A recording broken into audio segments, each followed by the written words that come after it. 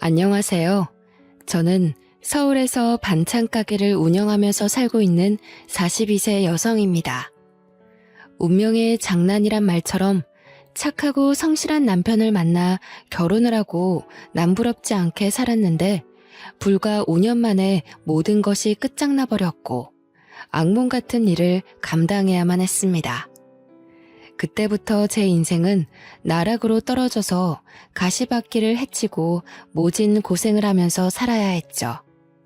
그 당시만 해도 깜깜한 터널 속에 들어선 것처럼 어둠밖에 보이지 않았습니다. 제 인생은 여기서 끝이 났고 더 이상 희망이 없다는 생각이 들어서 자포자기 상태에 빠졌는데 누군가의 도움으로 새로운 인생을 살게 되는 기적 같은 일을 겪게 되었는데요. 몇 년이 지난 일이지만 그 끔찍한 시간을 어떻게 견뎠는지 신기할 따름입니다. 그때의 경험으로 저는 이런 확신을 가지게 되었습니다. 인생이란 고진감래처럼 모진 고생도 언젠가는 끝이 나고 행복도 어느새 찾아오는 법이죠.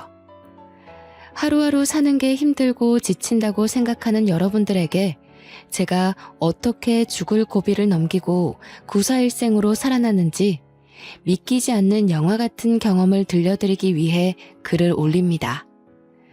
저희 부모님은 트럭을 몰고 다니면서 채소 파는 일을 하셨습니다.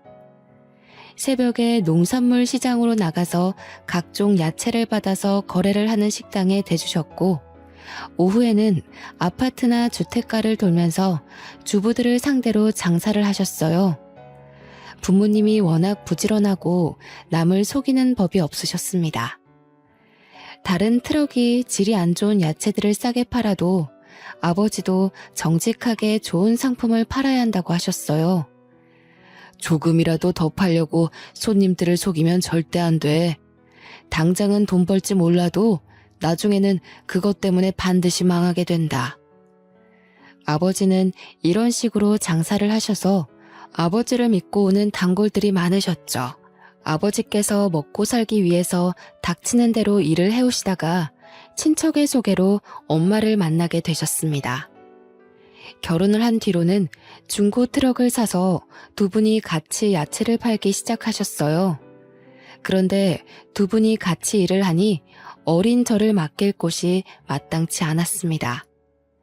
유치원 종일반에 맡기면 됐지만 부모님께서 새벽 3시에 일어나서 농산물 시장에 가야 해서 유치원에 맡겨도 소용이 없었습니다. 그래서 부모님은 저를 트럭에 데리고 다니셨어요. 그래서 제게는 아버지의 트럭이 침실이었고 놀이터였죠.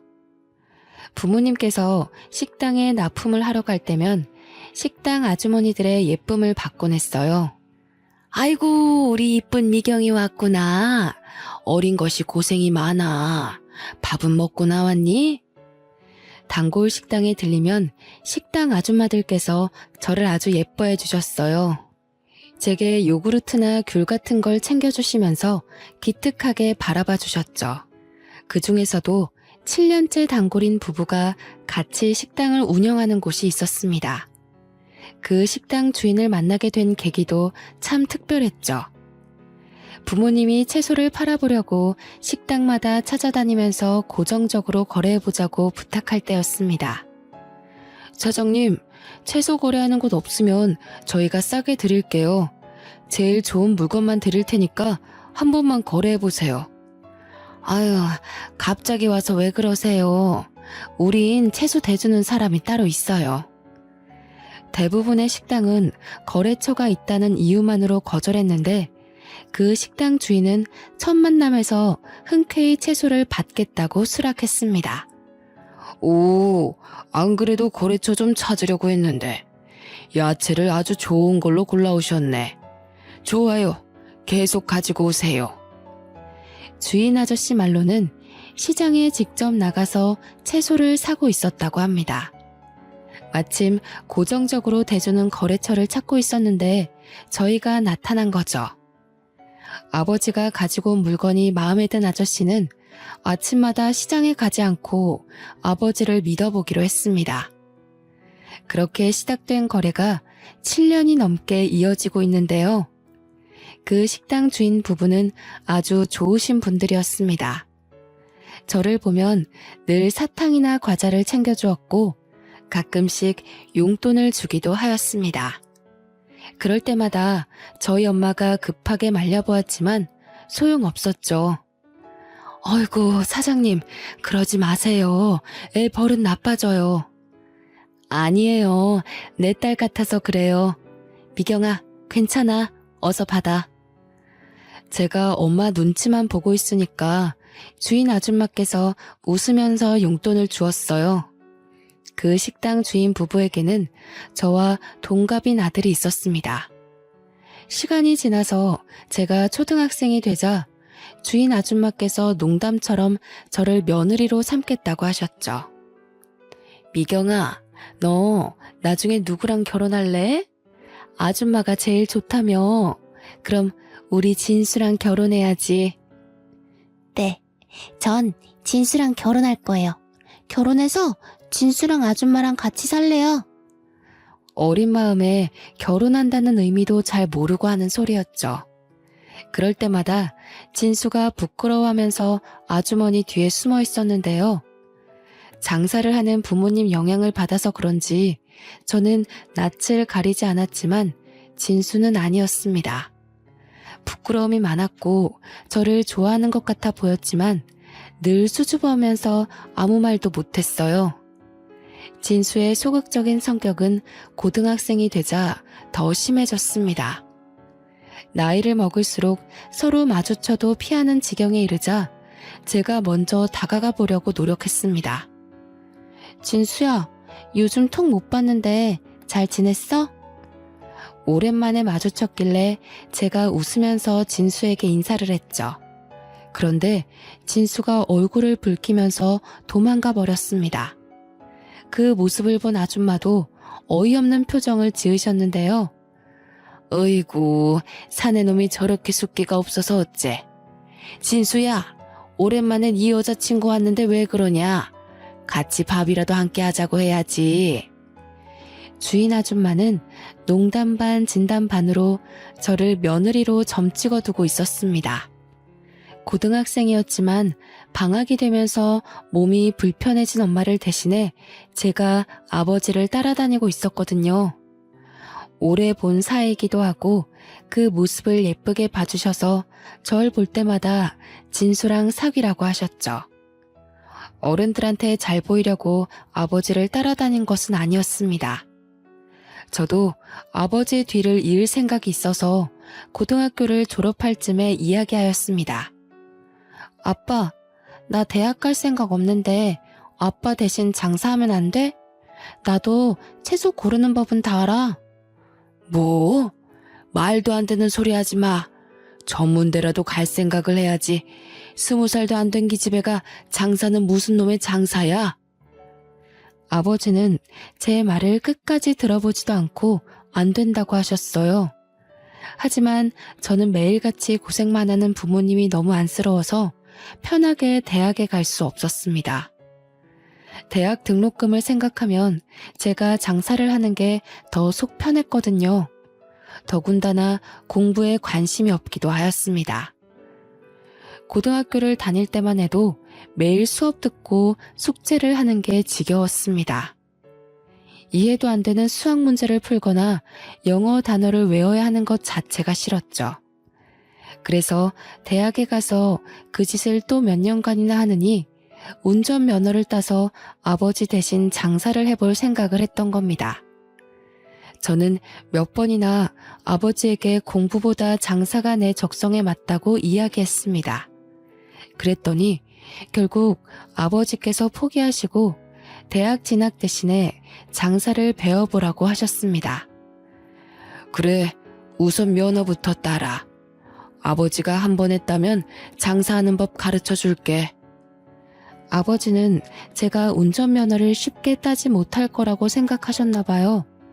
제가 한 번에 면허를 따버리니까 갑자기 한숨을 쉬시면서 물어보시더라고요. 미경아, 공부가 그렇게 하기 싫으니? 평소엔 책상에 앉아있지도 않더니 면허 따라고 하니까 하루 온종일 앉아있는 거 보고 놀랬다. 당연하지. 공부 말고 장사하면 누구보다 잘할 자신 있어. 그리고 아버지 몸도 안 좋잖아. 얼른 나한테 장사하는 법 알려주고 아버지도 쉬어. 얼마 전부터 아버지의 허리 디스크 증상이 악화되던 찰나였습니다. 오래 앉아있지 못하셨고 무거운 물건도 들지 못했어요. 그래서 누군가 옆에서 도와줘야 했죠.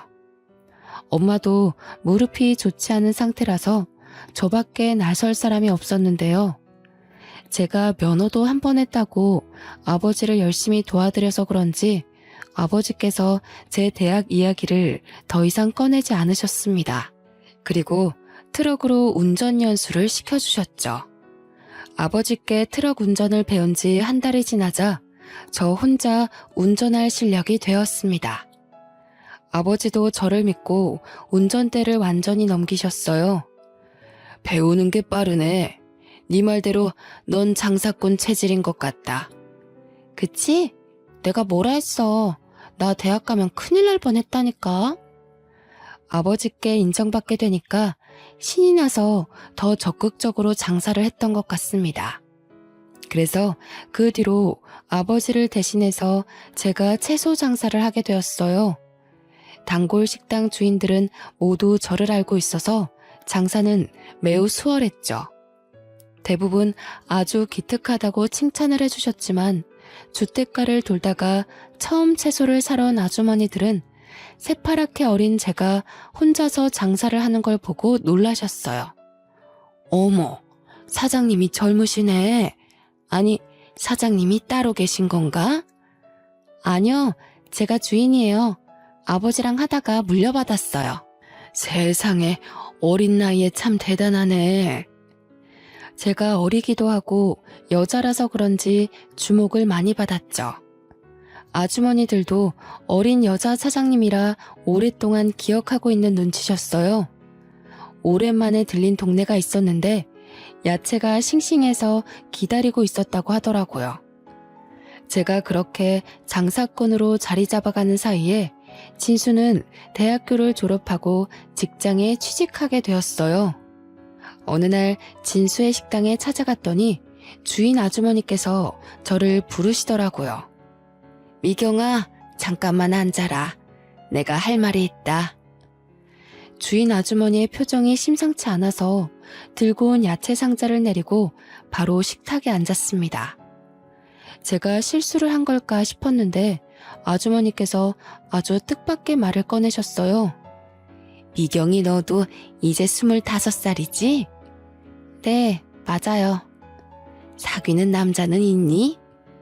아니요, 장사하느라 남자 만날 시간도 없죠. 그런데 그건 왜 물어보세요? 그럼 우리 진수랑 영화 보고 밥 좀 먹고 와라. 네? 갑자기요? 영화랑 밥은 왜? 아니, 진수 이 녀석이 너 좋아하는 것 같은데 끝까지 아니라는 거 있지? 그러면서 너 언제 오냐고 물어보고 어디서 장사하냐고 물어보는데 지겹다 지겨워. 진수가 그랬다고요? 저만 보면 피하는 것 같았는데 설마요. 에이, 내가 용돈 줄 테니까 네가 영화 보러 가자고 해봐라. 진수 그 녀석 좋다고 해볼래 할 거다. 남들이 보면 당혹스럽고 이상한 상황일 수도 있었지만 저는 이번에 진지하게 만나볼까 하는 생각도 들었습니다. 오래전부터 진수에게 호감이 있었고 어릴 때만 해도 진수랑 자주 돌아다녔거든요. 근데 나이를 먹어갈수록 진수는 절 불편하게 생각하는 것 같아서 거리를 두고 있었습니다. 이제 생각해보니 진수도 절 좋아하게 돼서 쭈뼛거렸던 것 같네요. 그래서 저는 남편과 약속을 잡아서 영화를 보았고 본격적으로 연애를 시작하게 되었습니다. 정식으로 만나자는 말이 나오자 역시나 남편이 절 오랫동안 좋아하고 있었다는 말을 꺼내더라고요.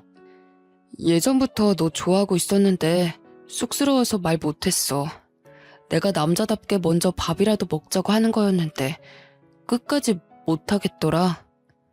남편은 호감을 가지고 있었지만 제게 말을 걸지 못해서 갈팡질팡하고 있었나 봅니다. 그 사실을 알고 있던 시어머니께서 다리를 놔주신 거죠. 저희들은 어릴 때부터 알고 있어서 사이가 급격하게 가까워졌습니다. 사귄 지 1년 만에 결혼 이야기가 나왔죠. 상견례 자리부터 결혼식 당일 신혼생활까지 더할 나위 없이 행복했습니다. 20년 넘게 알고 지내서 친부모나 다름이 없는 시부모님과 같이 사니 시댁살이가 아니라 제 친정에 남편이 들어와서 처가살이 하는 것 같더라고요. 제가 집안일이라도 하려고 하면 시어머니가 다가와 말린 적도 있었습니다. 아유, 방금 장사하고 들어온 애가 무슨 설거지야. 넌 가서 좀 쉬고 있어라. 설거지는 내가 하마. 아니에요, 어머님. 제가 할 테니까 어머님이 쉬세요. 네 시아버지가 보면 며느리 부려먹는다고 욕정낸다. 어서 들어가서 쉬고 있어. 여자 혼자 장사를 하는 것도 걱정을 많이 하셔서 장사도 접게 되었습니다. 시부모님의 식당 일을 돕게 됐는데 장사 일보다 수월했어요. 저를 언제나 딸같이 챙겨주시는 것은 물론 야채 파는 일보다 돈을 많이 벌었으니까요. 식당을 찾아오는 손님도 많고 정신없어서 점심 장사가 끝나고 잠깐 한가해지면 시어머니는 한사코 저를 쉬게 만드셨습니다. 시아버지도 제가 일하는 걸 볼 때마다 이렇게 말씀하셨죠. 아가, 시애미는 뒀다가 무엇에 쓰려고 그래? 그냥 시애미가 하게 둬라. 아버님, 어떻게 어머님한테 시키겠어요. 당연히 제가 해야죠. 제가 끝까지 테이블 닦는 일을 하고 있으니까 시아버지가 시어머니를 불러서 시키셨어요. 남들은 시집살이 때문에 힘들어하던데 저는 결혼 후가 훨씬 더 편했습니다. 천국에서 사는 것처럼 편하고 행복했죠. 남편도 제 속을 썩이지 않았습니다. 저밖에 모르는 가정적인 남자였거든요. 그래서 5년 동안 그 흔한 말다툼 한번 하지 않고 늘 웃으면서 지냈습니다. 그런데 꿈같은 결혼 생활도 금방 끝이 나고 말았습니다. 하루아침에 박살나고 말았죠. 퇴근을 하던 남편이 교통사고를 당해서 허망하게 세상을 떠나버린 겁니다. 음주운전을 하던 승용차가 중앙선을 넘어와서 남편 차와 정면 충돌했다고 하더군요. 그 사고로 가해 차량 운전자도 목숨이 위태로울 정도로 크게 다쳤고 남편은 그 자리에서 사망하고 말았어요. 남편의 사망 소식을 들은 시어머니는 그 자리에서 혼절하고 마셨습니다. 애지중지 키운 외동아들이 세상을 떠나서 저보다 더한 충격을 받으신 것 같았는데요. 그런데 더 나쁜 일은 일어났습니다. 병원에서 겨우 의식을 회복한 시어머니께서 뇌졸중 증상을 보이신 것이었습니다. 말을 제대로 하지 못하고 오른쪽 편마비가 와버렸죠. 남편을 떠나보내고 정신을 추스를 겨를도 없이 시어머니까지 쓰러지자 하늘이 무너질 것 같았습니다. 하지만 저까지 정신줄을 놓고 있을 수 없었습니다. 아버님께 식당을 맡기고 저는 병원에서 숙식을 하면서 시어머니를 돌봐드렸습니다. 아버님도 식당 문 닫을 시간에 병원 앞을 찾아오셔서 제게 힘을 북돋아 주셨죠. 아가, 하늘이 무너져도 절대 용기를 잃거나 포기하면 안 된다. 같이 이겨내자. 식당 쉬는 날에도 병원에 들리셔서 제 손을 잡고 미안하다는 말을 하셨어요. 저와 시아버지는 용기를 잃지 않고 버텼지만 시어머니는 점차 힘을 잃어가고 계셨습니다. 아들을 잃은 후로 실어증에 걸린 사람처럼 말이 없었고 몸이 말을 듣지 않는 지경에 이르자 살아야겠다는 의지를 놓아버리신 것 같았죠. 결국 저희 어머님은 병원에 입원한 지 6개월 만에 돌아가시고 말았습니다. 어머님까지 돌아가시자 정말 눈물밖에 나오지 않더군요. 이제 의지할 사람이라고는 시아버지밖에 없었습니다. 그런데 시어머니 장례식을 치르고 보름이 지나자 아버님께서 놀라운 말을 꺼내셨어요. 안 사람도 죽었는데 네가 계속 내 곁에 있어봤자 뭐하냐. 너도 더 늦기 전에 재혼해라. 내가 좋은 자리를 알아놨다. 아니 아버님, 그게 무슨 말씀이세요? 재혼을 하라뇨. 저는 아버님 모시고 계속 살 거예요. 아니다. 네가 없어도 나는 혼자 잘 살 수 있다. 괜히 너까지 발목 잡혀서 과부로 지내게 할 수는 없어. 네가 재혼 안 하면 혼자 남은 며느리 끼고 사는 고약한 시애비라고 욕할 거야. 그러니까 좋은 사람 만날 준비부터 하거라. 아버님께서 적당한 재혼 자리까지 알아놓으셨다면서 고집을 피우셨어요. 저는 싫다고 했지만 시아버지가 재혼식이 놓쳐서 나중에 후회하지 말라는 말까지 꺼내셨죠. 그 설득과 호소가 한 달이나 이어져서 저도 포기했습니다. 딱 한 번만 만나봐서 아버님 마음이라도 편하게 해드리려고 했는데요. 시장에서 반찬 가게를 하는 여성의 아들을 만나보았는데 생각보다 좋은 사람이었습니다. 전 남편과 다르게 적극적이고 말주변도 화려해서 시간 가는 줄 몰랐습니다. 그렇게 몇 번의 만남을 더 가지다 보니 재혼까지 하게 되었네요. 저랑 재혼한 남편은 아내가 먼저 세상을 떠나서 혼자가 되었다고 했으니까요. 그런 점들 때문에 마음이 잘 맞아서 재혼을 결심하게 되었습니다. 그런데 그 결혼 하지 말았어야 했습니다.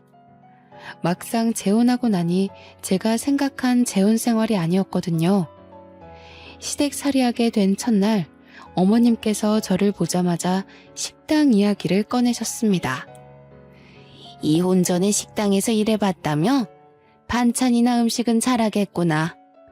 네, 웬만한 건 돌아가신 시어머니께 다 배웠어요. 그럼 됐다. 내일부터 가게에 나와서 일 거들어라. 재혼한 뒤에 만난 시어머니는 다짜고짜 자기가 운영하는 가게에서 일을 시켰습니다. 시어머니가 반찬 가게를 하니 며느리가 돕는 건 당연한 일이었지만 시어머니가 저를 대하는 태도가 남달랐습니다. 며느리가 아니라 식모를 대하는 것 같더라고요. 게다가 시어머니는 힘든 일이 생기면 무조건 저를 불렀습니다. 오늘은 총각김치를 담아야 하니 무부터 다듬어 놓고 양념거리 준비해라. 시어머니가 운영하는 반찬 가게는 규모가 상당히 컸습니다. 장사도 잘 되는 편이라서 매일같이 김치를 담아야 했고 여러 가지 반찬거리를 준비하느라 채소를 다듬어야 했어요. 힘이 들어서 잠깐 쉬기라도 하면 시어머니는 금세 다른 일거리를 가져오셨습니다. 아니, 지금 퍼즐을 앉아서 뭐 하는 거야? 손님들 오기 전에 반찬들 담아서 포장해 놓으라고. 할 일이 많은데 너만 지금 쉬고 있어? 시어머니는 제가 잠깐이라도 쉬는 꼴을 보지 못했습니다. 매일 채소를 다듬고 만지느라 손에 독이 올라서 부르트고 물기 때문에 습진을 달고 살아야 했어요. 무거운 배추며 무 다발을 옮기느라 허리와 무릎에 골병이 들 지경이었습니다. 어떤 날은 종일 쪼그리고 앉아서 일을 하다 일어서는데 하늘이 노랗게 보이면서 현기증이 일어나서 쓰러질 뻔했죠. 병원에 가봤더니 빈혈이 아주 심하다고 했습니다. 너무 과로하시는 것 같아요. 적당히 쉬어줘야 몸이 버팁니다. 며칠 동안 푹 쉬셔야 할 컨디션이에요. 지금 쉬면 안 돼요. 가게가 한참 바쁠 때라. 이 몸 상태로 일을 하시겠다고요? 의사는 걱정을 했지만 쉴 형편이 되지 않았습니다. 제가 몸이 좋지 않다고 말해보았지만 시어머니께서 갑자기 일하시는 아주머니들을 전부 다 내보내는 거 있죠? 아주머니들이 갑자기 그만두게 되었다며 저한테 작별 인사를 하는데 눈앞이 아찔해지고 말았습니다. 그래서 아주머니에게 인사할 겨를도 없이 곧장 어머님께가 하소연했는데요. 어머니, 아주머니들 전부 다 내보내면 일은 누가 해요? 그러자 시어머니께서 어이없는 표정으로 저를 내려다보시더군요. 누가 하기는 누가 해? 네가 해야지. 멀쩡한 일꾼 놔두고 왜 돈 아깝게 사람을 쓰니? 안 그래도 자르려고 했는데 네가 하도 엄살 피우길래 며칠 더 데리고 있었던 거다. 그 말을 듣는 순간 정말 기가 막혀서 예의 차릴 생각도 들지 않았습니다. 그래서 평소랑 다르게 버럭 소리를 지르고 말았죠. 어머님, 정말 너무하세요. 가게 시작한 후로 빈혈도 심해지고 허리도 안 좋아서 쉬어야 한다고 했잖아요. 그런데 갑자기 이러시는 게 어디 있어요? 원래 의사들 말은 믿을 게 못 된다. 돈이나 벌려고 멀쩡한 사람 환자로 만드는 것들이야. 딱 봐도 아파 보이지도 않더만. 왜 엄살이야? 잔말 말고 어서 시킨 일이나 해. 시어머니는 제가 아프고 힘들어서 죽을 것 같다고 해도 꾀병 부리지 말라고 하셨습니다. 그래서 혼자서 산더미처럼 쌓인 야채를 다듬고 양념을 해서 장사 준비를 해야 했죠. 아침 일찍 가게 문을 열고 채소를 다듬을 때마다 눈물이 저절로 쏟아졌고 시아버지 생각이 절로 들었습니다. 결국 참지 못하고 시아버지께 전화드린 적도 있었는데요. 얘야, 많이 힘들지? 그래, 얼마나 고생이 많겠니? 그렇지만 여자들 시집살이가 원래 그런 거야. 참고 견디거라. 그리고 이제부터 나한테 전화하지 말거라. 내가 네 치납이면 어찌해주겠는데 나도 남의 집 사정 끼어들 수도 없다. 기댈 곳이 시아버지뿐이라서 연락한 건데 이렇게 차갑게 나오시다뇨. 제가 자주 연락드려서 그런 거냐고 조금만 전화하겠다고 사정해도 아버님은 차가우셨습니다. 그리고 며칠 뒤에 다시 전화를 해봤지만 없는 번호라는 안내 멘트가 나오더군요. 아버님께서 아예 전화번호도 바꾸고 저와 연락을 끊어버린 겁니다. 혹시나 하는 마음에 시아버지가 운영하던 식당에 찾아가 봤는데 주인이 바뀌었더라고요. 시아버지는 저 몰래 식당을 처분하신 것 같았습니다. 아버님과도 인연이 끊어졌다고 생각하니 기운이 쭉 빠졌습니다. 이제 별 방법도 없었죠. 시어머니의 구박을 억지로 견디면서 살아야 했는데요. 그러다 남편이 제게 거짓말을 했다는 사실을 알게 되었습니다. 남편의 전처가 갑자기 세상을 떠난 걸로 알고 있는데 그게 아니었어요. 남편은 전처와 이혼을 하고 갈라섰던 것이었습니다. 시어머니와 남편이 둘이 속닥거리는 소리를 듣고 잠자리에 들기 전에 남편에게 물었죠. 당신 나한테 거짓말한 거 있지? 전처랑은 사별한 거라면서 아까 어머님이랑 한 이야기는 도대체 뭐야? 뭐? 설마 몰래 엿들은 거야? 이제 와서 그게 무슨 상관이야? 사별한 거나 이혼한 거나 매한가지 아니야? 그게 어떻게 똑같아? 왜 이혼한 건데? 이상한 이유로 이혼한 거야? 나한테 왜 거짓말한 건데? 이상한 이유로 이혼한 거 아니야. 사실대로 말하면 왜 이혼했는지 물을 거잖아. 그래서 그냥 전초가 죽었다고 한 거야. 아니, 그러니까 왜 이혼한 거냐고. 좋게 말할 때 이야기해. 어머님까지 다 깨우기 전에. 제가 끝까지 물고 늘어지니까 남편이 전처가 바람이 나서 갈라선 거라고 이야기했어요. 그런데 재혼을 할 때 그런 사정을 구구절절 설명하기 귀찮아서 거짓말한 거라고 하더군요. 하지만 남편의 거짓말은 여기서 끝난 게 아니었습니다.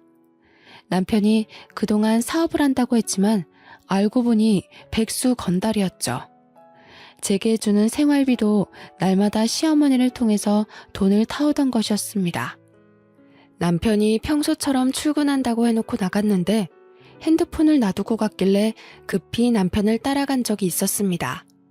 그런데 남편이 PC방에 들어가더니 안 나오더라고요. 혹시나 해서 따라갔더니 남편이 컴퓨터 게임을 하고 있었습니다. PC방 알바생한테 남편에 대해 물으니 단골 손님이라고 하더군요. 딱 봐도 일하러 간다고 해놓고 매일 여기로 온 것 같아 저도 참다 못해 폭발하고 말았습니다. 당신 여기서 지금 뭐 하고 있는 거야? 설마 매일 여기 와서 게임하다가 온 건 아니지? 내가 무슨 거짓말을 했다고 그래.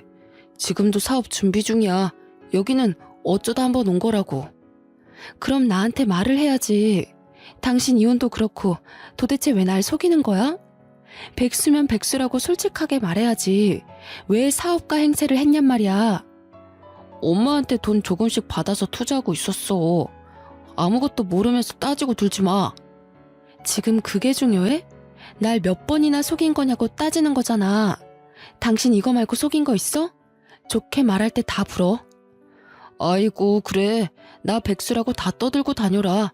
동네 사람들 다 알겠다. 나 백수라고 소문내서 속이 시원하냐? 조금만 기다려봐. 곧 준비하고 있는 사업 대박 나면 너 같은 것도 얄짤 없으니까. 남편이 저한테 삿대질을 하면서 오히려 큰 소리를 치길래 저도 목소리를 높였죠. 결국 알바생에게 쫓겨나고 집으로 돌아왔지만 남편은 나아지지 않았습니다. 1년이 지나도록 남편이 준비한다는 사업은 시작도 하지 못했는데요.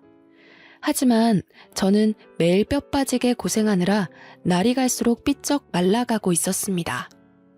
제가 녹초가 되도록 몇 사람 몫의 일을 해낸 덕분에 시어머니는 시장을 벗어나서 건물의 1층에 반찬 가게를 열게 됐네요. 그러던 와중 단골 손님까지 생겨서 단체 주문을 받게 되었습니다. 저희 가게의 단골 손님 중에 부잣집 사모님들이 몇 분 계셨는데 김장철이 되자 사모님들이 단체로 자기들 김장을 시어머니에게 부탁한 겁니다. 무려 70포기의 김장을 해달라는 것이었죠. 시어머니는 그 주문을 기다렸다는 듯이 덥석 받아버렸습니다.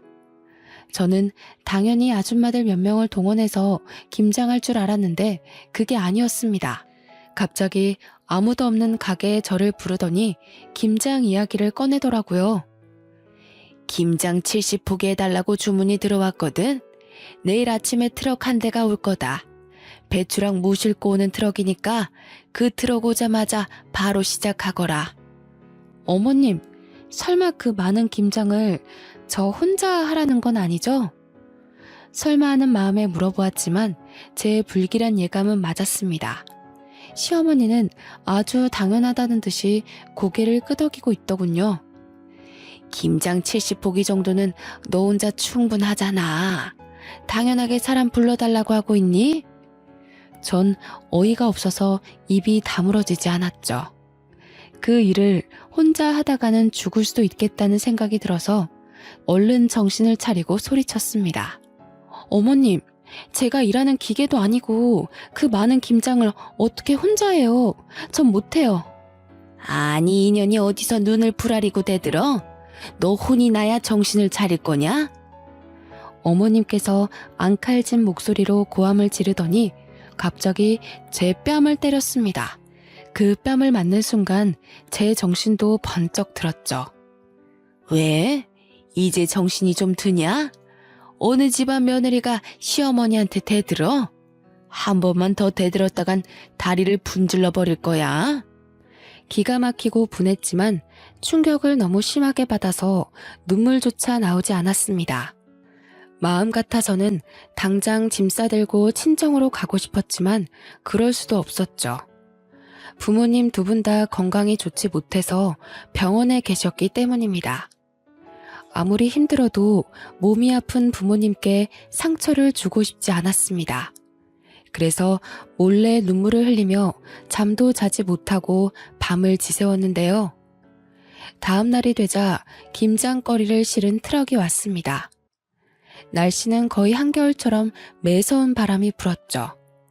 저는 꽁꽁 손을 입김으로 불어가면서 배추를 다듬기 시작했습니다. 그런데 아무리 해도 끝이 보이지 않더군요. 이를 악물고 부지런히 손을 눌려봐도 배추가 줄어들지 않았습니다. 몸은 점점 아파오고 손이 얼어붙어서 감각이 점점 없어지고 있었습니다. 그러다가 무거운 양동이를 들어 올렸는데요. 그 순간 눈앞이 캄캄해지면서 의식을 잃고 말았습니다. 겨우 정신을 차리고 눈을 떠보니 병실에 누워있더라고요. 제 옆에는 낯익은 분이 앉아 계셨습니다. 온화하면서 따뜻한 눈빛으로 쳐다보길래 순간 누군가 싶었죠. 멍하니 그 얼굴을 바라보고 있는데 순간 시아버지라는 생각이 들었습니다. 아버님, 아가, 이제 정신이 드냐? 3년 동안 연락이 끊어져서 무척이나 반가웠어요. 그땐 저를 차갑게 내친 것은 기억도 나지 않고 말도 없이 사라진 것도 떠오르지 않았습니다. 그저 아버님을 만났다는 생각만으로 기운이 나서 시아버지의 손을 꾹 잡았는데요. 제가 왜 이제야 나타났냐고 눈물을 흘리자 시아버지께서 우연히 반찬 가게를 들렀다가 의식을 잃고 쓰러져 있던 저를 발견하고 병원으로 옮겼다고 이야기해 주었습니다. 그래서 저도 모르게 그동안 당했던 일들을 다 이야기해 버렸습니다. 아버님께서 제 이야기를 듣고 가만히 고개를 숙이고 있더니 몇 번이나 한숨을 내쉬더군요. 정말 막대 먹은 사람이구나. 며느리한테 이런 짓을 하다니. 난 그것도 모르고 이제 남남이라고 내쳤으니 말이다. 널 볼 면목이 없다. 시아버지는 제가 어떤 취급을 받으면서 지내는지 나중에 알게 되었다고 하셨어요. 재혼해서 잘 살 거라고 생각했는데 단순한 시집살이를 넘어서서 못된 시어머니와 백수건달인 남편을 만났다는 사실을 알고 급하게 저를 찾아오신 거였죠. 정말 미안하다. 믿을 만한 사람이라서 너한테 소개시켜 준 건데 이렇게 될 줄 몰랐다. 멀쩡히 잘 사는 애를 괜히 재혼시켰다. 내가 잘못했어. 아버님께서 눈물을 흘리시길래 저도 같이 눈물을 흘렸습니다. 그날 하루 온종일 울었던 것 같네요. 시어머니는 다음 날이 돼서야 병원에 오셨습니다. 그리고 제게 김장 걱정부터 꺼내는 거 있죠? 아니, 세상에 김장하다 말고 퍼질러 누워있으면 어쩌자는 거야? 보니까 멀쩡하네. 당장 일어나서 김장하러 가. 그때 잠깐 병실 밖에 나갔다 들어온 시아버지께서 시어머니를 보셨습니다. 저를 다그치는 모습을 보고 대뜸 소리를 치기 시작했죠. 김 여사, 지금 뭐 하는 거야? 당신 때문에 일하다 혼절한 애한테 무슨 말 같지도 않은 소리를 하고 있어. 깜짝 놀란 시어머니는 시아버지를 보더니 바로 고개를 숙였습니다. 아이고, 건물주님이 여길 어떻게 오셨어요? 건물주라니. 시어머니가 아버님께 쩔쩔매는 걸 보고 깜짝 놀라고 말았습니다. 시어머니가 하는 말을 들어보니 아버님께서 저희 반찬 가게가 새 들어가 있는 건물 주인인 것 같더군요. 당신 그렇게 안 봤는데 인간이 아니구만. 당장 내 건물에서 나가. 아이고, 제발 살려주세요. 저희 며느리 생각해서 싸게 세 주시기로 했잖아요. 계약서 썼으면서 왜 그러세요? 시아버지의 불호령에 시어머니가 사색이 돼서 싹싹 빌었습니다. 시어머니가 유독 아버님께 약한 이유가 있었습니다. 아버님께서 월세만 싸게 해주신 것이 아니라 시어머니에게 돈까지 빌려줬더라고요. 아버님이 5천만 원짜리 보증금을 대신 내줬는데 시어머니는 몰래 저를 못 살게 굴었던 거죠. 아버님은 은혜도 모르는 년이라고 시어머니를 건물에서 쫓아내겠다고 하셨습니다. 물론 5천만 원도 당장 달라고 소리치셨는데요. 어머님이 그 소리를 듣고 허리를 몇 번이나 숙이며 사과를 하고 있었습니다. 아유, 죄송합니다. 며느리가 꾀병 부리는 줄 알았어요. 다 나을 때까지 설거지도 안 시킬 테니까 이번만 어떻게 봐주시면 안 될까요? 그럼 지금 가서 김장 다 하고 오세요. 그러면 쫓아내진 않을 테니까. 네? 그걸 어떻게 혼자서 해요? 며느리는 젊어서 그렇지 저는 나이 먹을 대로 먹었고. 딱 봐도 우리 며느리 아픈데 일 시켰구먼. 싫으면 당장 짐 싸서 나가세요. 아니에요. 할게요. 할 거니까 기다려주세요. 시어머니가 병원을 나서니까 아버님도 감시해야겠다며 따라 나서더군요. 시어머니는 시아버지의 감시하에 혼자서 70포기의 김장을 담아야 했습니다. 몸살이 나서 사흘 동안 알아누웠다는 말을 전해 듣고 어찌나 속이 시원하던지요. 게다가 다시 병문안을 온 시아버지께서 충격적인 소식을 이야기해 주셨습니다. 내가 3년 만에 널 찾아온 이유가 있다.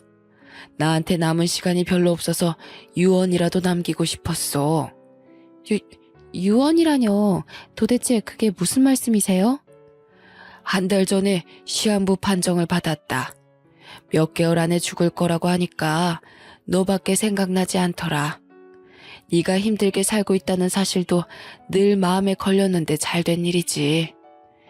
제가 놀라서 얼굴이 새하얗게 질렸는데도 아버님께서 태연하게 웃어 보이셨습니다.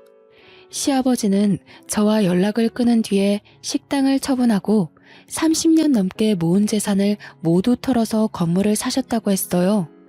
그 뒤로도 계속해서 쉬지 않고 일을 했는데 전부터 피곤하고 몸이 좋지 않았다고 합니다. 하지만 나이가 들면서 생기는 자연스러운 현상이라고 생각하고 별 생각 없이 넘겼다고 하죠. 어느 순간 숨쉬기가 어렵고 기침이 갑자기 나는 일이 많아진 것도 모자라 얼마 전에는 피를 토하셨다고 해요. 그래서 병원에 가보니 폐암 말기 판정을 받았다고 합니다. 수명이 길어야 1년 정도밖에 안 남았다는 말을 듣고 아버님께서 모든 걸 내려놓고 절 찾아오셨습니다. 어차피 내가 죽으면 나한테 남은 재산 너한테 주려고 했다. 내가 낳은 자식은 아니지만 널 생각하면 늘 애틋해. 친딸처럼 내 곁에 두고 오순도순 지내는 거였는데 왜 결혼을 시켰을까 후회만 가득하구나. 아가, 진심으로 미안하다. 아버님이 저를 이렇게까지 특별하게 생각할 줄은 몰랐습니다. 게다가 아버님께서 충격적인 소식을 한 가지 더 알려주셨습니다. 바로 남편이 저 몰래 내연녀를 만나고 있다는 사실이었죠. 사업을 준비한다는 건 새빨간 거짓말이었고 시어머니께 탄 돈으로 내연녀와 동거를 하고 있었던 것입니다. 시어머니도 그런 사실을 알고 있었지만 저를 며느리가 아니라 그냥 막 부려먹는 식모 정도로 생각하고 있어서 아까우셨나 봅니다. 행여나 이혼해서 노예 하나 사라질까봐 입 다물고 있었던 거죠. 제가 그 사실을 전해 듣고 시어머니를 찾아가 따지니 어머님이 그제서야 제게 사과의 말을 건넸습니다. 얘야, 누구나 실수하는 법이야. 어쩌다 너한테 못할 짓 했지만 한 번만 용서해다오. 나까지 널 속이고 있어서 미안하다. 아니, 내가 말하려고 했는데 우리 아들이 또 이혼할까봐 그랬어. 좀 이해해다오. 시어머니는 엎드려서 남편의 잘못을 용서해달라고 빌었지만 그것 역시 거짓말이란 사실을 아주 잘 알고 있었습니다. 그래서 저는 법의 힘을 빌려서 그동안 제가 당한 만큼의 대가를 받아냈어요. 전 시부에게 빌렸던 5천만 원과 남편의 바람에 의한 이혼 소송까지 진행해서 시댁은 총 7천만 원을 뱉었어야 했는데요. 돈이 없으니 대신 위자료로 일단 반찬 가게를 준다고 하길래 반찬 가게를 제가 가져올 수 있었습니다. 물론 철저하게 남은 돈은 분할 납부받기로 약속했고요. 그리고 시아버지 덕분에 건물주가 되었지만 반찬 가게는 직접 운영하고 있을 생각입니다. 건물주라고 한가하게 놀고만 있지 말라는 아버님의 지시가 있었거든요. 시아버지는 지금 호스피스 병동에서 조용히 여생을 지내시고 계세요. 길어야 1년이라고 했지만 3년이 지난 지금도 제가 보기에는 잘 지내고 계시는데요. 매일 아버님을 찾아뵙고 정성을 다해 돌봐드릴 때마다 기적적으로 아버님의 건강이 좋아져서 같이 살 수 있게 되면 좋겠네요. 그리고 제게 반찬 가게를 넘겨준 시어머니는 알거지 신세가 되어버렸습니다. 아들이 무능하니 돈 벌 궁리가 없어진 거죠. 겨우 장만한 반찬 가게를 제게 넘겨주고 생계가 막막해졌는지 어느 날 갑자기 저를 찾아오기도 하였습니다. 얘야, 이렇게 찾아와서 미안하다. 내가 돈이 없어서 그런데 조금이라도 빌려주면 안 되니? 돈 빌려주면 갚을 수 있으세요? 차라리 제 가게에서 일하세요. 그럼 먹고 살기는 해드릴게요. 대신 김장 70포기 정도 혼자서 하실 생각하셔야 돼요. 시어머니는 어이없는 표정으로 저를 바라보았지만 다른 방법이 없었죠. 제가 할 마음 없으면 돌아가라고 하니 어머님께서 그렇게 하겠다고 말씀하셨습니다. 그래서 지금도 어머님께서 제 반찬 가게에서 죽을 힘을 다해서 일을 하고 있습니다.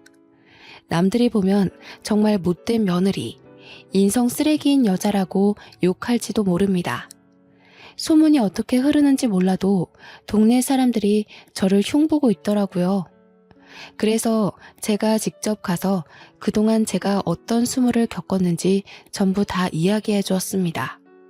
그 뒤로 동네 사람들이 어머님을 보는 눈빛이 달라졌습니다. 어머님도 그 사실을 눈치챘는지 어느 날은 모자를 푹 눌러 쓰고 오시더군요. 실컷 복수해서 그럴까요? 이제는 어머님한테 연민만 남아 있습니다. 골골대면서 일하시는 게 다 보여서 조금씩 할 일을 줄여드리고 있죠. 어머님이 아예 쓰러지실 때까지 일을 시키면 저도 똑같은 여자가 될 테니까요. 시어머니도 고마웠는지 웬일로 집에서 반찬을 만들어서 제게 준 적도 있습니다. 시댁살이 할 때 맛있게 먹던 반찬을 기억하고 계셨나 봐요. 그 반찬이랑 밥을 먹고 있으니 기분이 이상하네요. 역시 사람은 오래 살고 볼 일입니다. 여러분은 제 사연 어떻게 들으셨나요? 저보다 더 힘들게 사신 분들도 계실 테지만 아픔을 견뎌낸 이야기를 공유하고 싶어서 이렇게 사연 글을 보내봅니다. 여러분들은 부디 이런 아픔 없이 무던한 인생을 보내시길 바랍니다. 감사합니다.